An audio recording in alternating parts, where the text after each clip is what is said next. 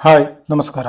ತುಂಬಾ ದಿನದ ನಂತರ ಅಂತೂ ಒಂದು ಮೂವಿನ ನೋಡ್ಲೇಬೇಕು ಅಂತ ಕಾದು ಮೊದಲ ದಿನ ಬೆಳಿಗ್ಗೆನೆ ನೋಡೋ ಹಾಗಾಯ್ತು. ವಿವಾದಗಳಾಗದೇ ಇದ್ರೂ ಕೂಡ ನಾನಂತೂ ಈ ಕರಾವಳಿ ಮೂವಿನ ನೋಡಿಯೇ ನೋಡ್ತಿದ್ದೆ. ಬಟ್ ಏನೇನೋ ವಿವಾದಗಳಿಂದಾಗಿ ಇದು ಬಹುಶಃ ತುಂಬಾ ಜನರನ್ನ ರೀಚ್ ಆಯ್ತು ಅನ್ಸುತ್ತೆ. ಅದರ ಪ್ರಯೋಜನ ಈ ಮೂವಿಯ ಬಿಸ್ನೆಸ್ ಮೇಲೆ ಖಂಡಿತ ಆಗ್ಬಹುದು, ಆಗಲೇ ಅನ್ನೋ ಹಾರೈಕೆ ಅಂತೂ ನನ್ನ ಕಡೆಯಿಂದ ಇದೆ. ಈ ಮೂವಿಯ ಫಸ್ಟ್ ಲುಕ್ ಬಿಡುಗಡೆ ಆದಾಗಲೇ ಈ ಮೂವಿ ಸಖತ್ ಗಮನ ಸೆಳೆದಿತ್ತು. ಯಂಗ್ ಡೈರೆಕ್ಟರ್ ಗುರುದತ್ ಗಾಣಿಗ ಅವರ ಮೂವಿ ಅನ್ನೋದು ಅದಕ್ಕೊಂದು ಕಾರಣ ಇದ್ರೂ ಇರಬಹುದು. ಆಮೇಲೆ ರಾಜ್ ಶೆಟ್ರು ಇದ್ದಾರೆ ಅನ್ನೋದು ಕಾರಣ ಇರಬಹುದು. ಟೀಸರ್ ಎಲ್ಲ ಆಗಿ ಬಿಡುಗಡೆ ಸಮಯದಲ್ಲಿ ಅದೊಂದು ವಿವಾದ ಆಗಿತ್ತು, ಸ್ವಲ್ಪ ಬೇಸರಕ್ಕೂ ಕಾರಣ ಆಯಿತು. ಎಲ್ಲ ಸರಿ ಆಗ್ತಿದೆ ಅನ್ನೋವಾಗ ಇಂಥವೆಲ್ಲ ಬೇಕಾ? ಕನ್ನಡ ಇಂಡಸ್ಟ್ರಿಯಲ್ಲಿ ಇಂಥದ್ದನ್ನೆಲ್ಲ ಬಿಟ್ಟು ಒಗ್ಗಟ್ಟಿಂದ ಕೆಲಸ ಮಾಡೋದು, ಒಟ್ಟಿಗೆ ಯಶಸ್ಸು ಕಾಣೋದನ್ನ ನೋಡೋದು ಯಾವಾಗ ಅನ್ನೋ ತರದ ಫೀಲ್ ಬಂದಿತ್ತು. ಹೌದು, ಅದನ್ನೆಲ್ಲ ಬಿಟ್ಟು ಮೂವಿ ಹೇಗಿದೆ ಅಂತ ಸಿಂಪಲ್ ಆಗಿ ಹೇಳೋದಾದ್ರೆ ಮೂವಿ ತುಂಬಾ ಚೆನ್ನಾಗಿದೆ.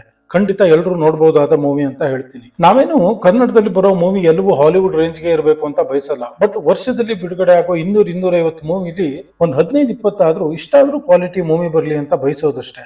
ನನಗೆ ಈ ಮೂವಿಲಿ ಸಿಕ್ಕಾಪಟ್ಟೆ ಇಷ್ಟ ಆಗಿದ್ದು ರಮೇಶ್ ಇಂದ್ರ ಅವರ ಆಕ್ಟಿಂಗ್. ಅವರು ಈ ಮೊದಲು ಸಪ್ತಸಾಗರದಾಚೆ ಅಂತ ಮೂವಿಲಿ ತಾವೆಂತ ಒಳ್ಳೆ ನಟ ಅನ್ನೋದನ್ನ ತೋರಿಸಿದ್ರು. ಇದರಲ್ಲಿ ಅವರು ಆ ನಟನೆ ಇನ್ನೂ ಒಂದಂತ ಮೇಲೆ ಹೋಗಿದೆ ಅನ್ನೋದಂತೂ ನಿಜ.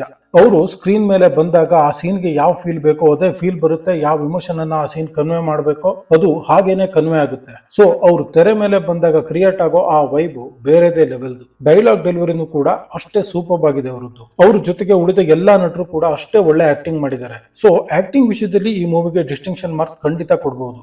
ಈಗಾಗಲೇ ಎಲ್ಲರೂ ಹೇಳ್ತಿರೋ ಹಾಗೆ ಮಿತ್ರ ಅವ್ರಿಗೆ ಒಂದು ಒಳ್ಳೆ ರೋಲ್ ಇದೆ, ಅದನ್ನ ಅವರು ಕೂಡ ಅಷ್ಟೇ ಚೆನ್ನಾಗಿ ಮಾಡಿದ್ದಾರೆ. ಪ್ರಜ್ವಲ್, ರಾಜ್ ಶೆಟ್ರು, ರಾಜ್ ಅವ್ರ ಜೊತೆಗಿನ ಹೀರೋಯಿನ್, ಪ್ರಜ್ವಲ್ ಅವ್ರ ಅಜ್ಜ ಅಜ್ಜಿ, ರಾಜ್ ಅವರ ತಾಯಿ, ಹೀಗೆ ಎಲ್ಲರೂ ಕೂಡ ಪಾತ್ರಕ್ಕೆ ಏನ್ ಬೇಕೋ ಅದಕ್ಕಿಂತ ಜಾಸ್ತಿನೇ ಕೊಟ್ಟಿದ್ದಾರೆ. ಅದು ತೆರೆ ಮೇಲೆ ಎದ್ದು ಕಾಣಿಸುತ್ತೆ. 3-4 ನಿಮಿಷದ ಪಾತ್ರಕ್ಕೆ ಬರೋ ರಾಮಾಜ ಹೆಸರು ಕೂಡ ಗಮನ ಸೆಳೀತಾರೆ. ಸೊ ನಟನೆ ಈ ಮೂವಿಯ ಮೇಜರ್ ಪ್ಲಸ್ ಪಾಯಿಂಟ್ ಅಂತಾನೆ ಹೇಳ್ಬಹುದು. ಅದ್ರ ಜೊತೆಗೆ ಈ ಮೂವಿಲಿ ಒಳ್ಳೆ ಕತೆ ಕೂಡ ಇದೆ. ಬರವಣಿಗೆನೂ ಚೆನ್ನಾಗೇ ಇದೆ. ಡೈಲಾಗ್ಗಳು ಸೂಪರ್ ಆಗಿವೆ. ಕರಾವಳಿ ಭಾಗದಲ್ಲಿ ಕಂಬಳದ ಹಿನ್ನೆಲೆಯಲ್ಲಿ ನಡೆಯುವಂತ ಕತೆ, ರಿವೆಂಜ್ ಸ್ಟೋರಿ ಅನ್ನೋದು ನಿಮ್ಗೆ ಈಗಾಗಲೇ ಗೊತ್ತಿರಬಹುದು. ಸಾಕಷ್ಟು ಫ್ಲಾಶ್ ಬ್ಯಾಕ್ ಬರುತ್ತೆ. 2 ಡಿಫರೆಂಟ್ ಟೈಮ್ ಲೈನ್ ನಲ್ಲೇ ನಡೆಯೋ ಕತೆ ಅಂತಾನು ಹೇಳ್ಬಹುದು. ಒಂದು ರಿವೆಂಜ್ ಸ್ಟೋರಿಲಿ ಏನೇನಿರಬೇಕೋ ಎಲ್ಲಾನು ಇದೆ. ಬಟ್ ಇದರ ಟೀಸರ್ ಟ್ರೇಲರ್ ನೋಡಿನೇ ಎಷ್ಟೋ ಜನ ಇದ್ರ ಬಗ್ಗೆ ಏನೇನೋ ಊಹೆಗಳನ್ನ ಮಾಡಿದ್ರು. ಅವೆಲ್ಲ ನಿಜಾನ ಸುಳ್ಳ ಅಂತ ನಾನು ಹೇಳಲ್ಲ, ನೀವೇ ನೋಡಿ. ಬಟ್ ಕತೆ ಕೆಲವೊಂದಿಷ್ಟು ಕಡೆ ತೀರಾ ಪ್ರೆಡಿಕ್ಟಬಲ್ ಅಂತ ಅನ್ಸೋದು ಹೌದು. ಆದ್ರೆ ಅದು ಈ ಮೂವಿ ನೋಡೋ ಒಂದು ಎಕ್ಸ್ಪೀರಿಯನ್ಸ್ ನ ಅಷ್ಟೇನು ಹಾಳು ಮಾಡಲ್ಲ. ಅದಕ್ಕೆ ಮೇನ್ ರೀಸನ್ ಈ ಮೂವಿಯ music, location, cinematography. Sachin Basrur ಅವರು ಮ್ಯೂಸಿಕ್ ಅಲ್ಲಿ ತುಂಬಾನೇ ಒಳ್ಳೆ ಕೆಲಸ ಮಾಡಿದ್ದಾರೆ. ನಾಗಸ್ವರ, ಚೆಂಡೆ ಎಲ್ಲದನ್ನ ಬಳಸ್ಕೊಂಡಿರೋ BGM ಜೊತೆ ಆರಂಭದಲ್ಲೇ ಗಮನ ಸೆಳೀತಾರೆ ಅವರು. ಅದು ಮೂವಿ ಮುಗಿಯೋವರೆಗೂ ಹಾಗೇನೆ ಕಂಟಿನ್ಯೂ ಆಗುತ್ತೆ. ಆಮೇಲೆ ಈ ಲೊಕೇಶನ್ನೇ ಅಷ್ಟು ಚೆನ್ನಾಗಿದೆ ಈ ಮೂವಿ ನಡೆಯೋ ಜಾಗ.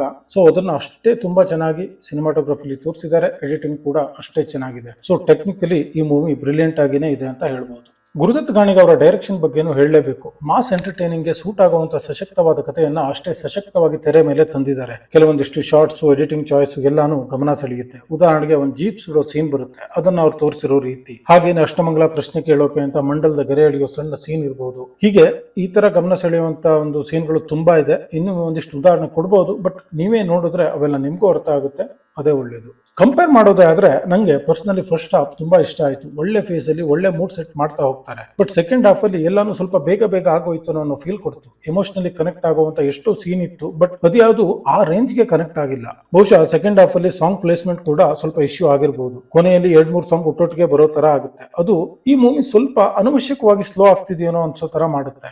ಕೆಲವೊಂದಿಷ್ಟು ರಿಪಿಟೇಟಿವ್ ಅಂತ ಅನ್ಸ್ಬೋದು. ಎಸ್ಪೆಷಲಿ ಪ್ರೀ ಕ್ಲೈಮ್ಯಾಕ್ಸ್ ಇಂದ ಕ್ಲೈಮ್ಯಾಕ್ಸ್ ಗೆ ಹೋಗುವಾಗ ಅಲ್ಲೂ ಸೆಂಟ್ರಲ್ ಒಂದು ಸಾಂಗ್ ಬರುತ್ತೆ. ಇನ್ನೇನ್ ಮೂವಿ ಪಿಕಪ್ ಆಗಿ ಸಖತ್ ಫಾಸ್ಟ್ ಆಗಿ ಹೋಗುತ್ತೆ ಅಂತ ಅನ್ಕೊಂತಾರವಾಗ್ಲೇನೆ ಒಂದು ಸಾಂಗ್ ಬರುತ್ತೆ. ಅದು ಸ್ವಲ್ಪ ಫ್ಲೋನ ಕಟ್ ಮಾಡೋ ತರ ಫೀಲ್ ಕೊಡ್ತು. ಬೇರೆ ಮೂವಿಗಳಲ್ಲೆಲ್ಲ ಲೆಂದಿ ಆಯ್ತು ಅನ್ನೋ ಕಂಪ್ಲೇಂಟ್ ಇರುತ್ತೆ. ಬಟ್ ಈ ಮೂವಿಲಿ ಇದು ಇನ್ನೂ ಸ್ವಲ್ಪ ಹೆಚ್ಚು ಟೈಮ್ ಇದ್ದಿದ್ರೆ ಇನ್ನೂ ಕ್ಲಿಯರ್ ಆಗಿ ಏನ್ ಹೇಳ್ಬೇಕಿತ್ತು ಅದನ್ನ ಹೆಚ್ಚು ಕನ್ವಿನ್ಸಿಂಗ್ ಆಗಿ ಹೆಚ್ಚು ಕನೆಕ್ಟ್ ಆಗೋ ತರ ಹೇಳ್ಬೋದಿತ್ತೇನೋ ಅಂತ ಅನಿಸ್ತು. 2 ಗಂಟೆ 6 ನಿಮಿಷ ಇದೆ ಈ ಮೂವಿ ಬುಕ್ ಮೈ ಶೋ ಪ್ರಕಾರ. ನಾನೇನೋ ಎಕ್ಸಾಕ್ಟ್ ಆಗಿ ಟೈಮ್ ಎಷ್ಟಿತ್ತು ಅಂತ ನೋಡಿಲ್ಲ.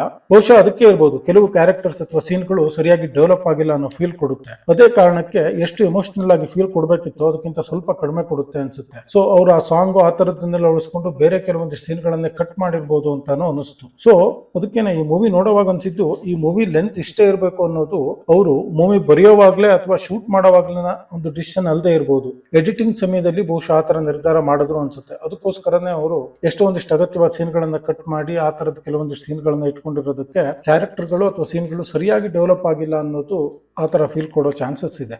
ಎಸ್ಪೆಷಲಿ ಕ್ಲೈಮ್ಯಾಕ್ಸ್ ಸೀನಲ್ಲೂ ಕೂಡ ಪ್ರಜ್ವಲ್ ಓಡೋದನ್ನ ತೋರಿಸೋ ಬದಲು ರಾಜ್ ಶೆಟ್ರು ಓಡೋದನ್ನ ಹೆಚ್ಚು ತೋರಿಸೋದನ್ನ ನೋಡಿದಾಗ ಖಂಡಿತ ಎಲ್ರಿಗೂ ಆ ಫೀಲ್ ಬಂದೇ ಬರ್ಬೋದು. ಬಹುಶಃ ಇಂಥದ್ದೇ ಏನೋ ಒಂದು ಆ ವಿವಾದ ಅಥವಾ ವೈಮನಸ್ಸಿಗೂ ಕಾರಣ ಆಗಿರ್ಬೋದು ಅಂತ ಅನ್ಸುತ್ತೆ. ಅದು ಏನೇ ಇದ್ರು ಒಂದ್ ಒಳ್ಳೆ ಮೂವಿ ಬರುವಾಗ ಇಂಥದ್ದೆಲ್ಲ ನಮ್ಮಂತ ಸಾಮಾನ್ಯ ಪ್ರೇಕ್ಷಕರಿಗೆ ಅಷ್ಟೇನು ಚೆನ್ನಾಗಿ ಕಾಣಿಸಲ್ಲ. ಅದು ನಮ್ಮ ಇಂಡಸ್ಟ್ರಿಗೂ ಒಳ್ಳೇದಲ್ಲ ಅನ್ನೋದಂತೂ ನಿಜ. ಬಟ್ ಅದೇನು ಈ ಮೂವಿ ಕ್ವಾಲಿಟಿನ ಟೋಟಲ್ ಆಗಿ ಹಾಳು ಮಾಡಿಲ್ಲ. ಸೊ ಅದೊಂದು ಸಮಾಧಾನದ ವಿಷಯ. ಸೊ ನೀವು ಕೂಡ ಧೈರ್ಯವಾಗಿ ಈ ಮೂವಿನ ನೋಡ್ಬೋದು. ನೋಡಿ ಅಥವಾ ಈಗಾಗಲೇ ನೋಡಿದ್ರೆ ಈ ಮೂವಿ ನಿಮ್ಗೆ ಹೇಗೆ ಅನಿಸ್ತು ಅನ್ನೋದನ್ನ ಕಮೆಂಟ್ ಅಲ್ಲಿ ಹೇಳಿ. Thank you.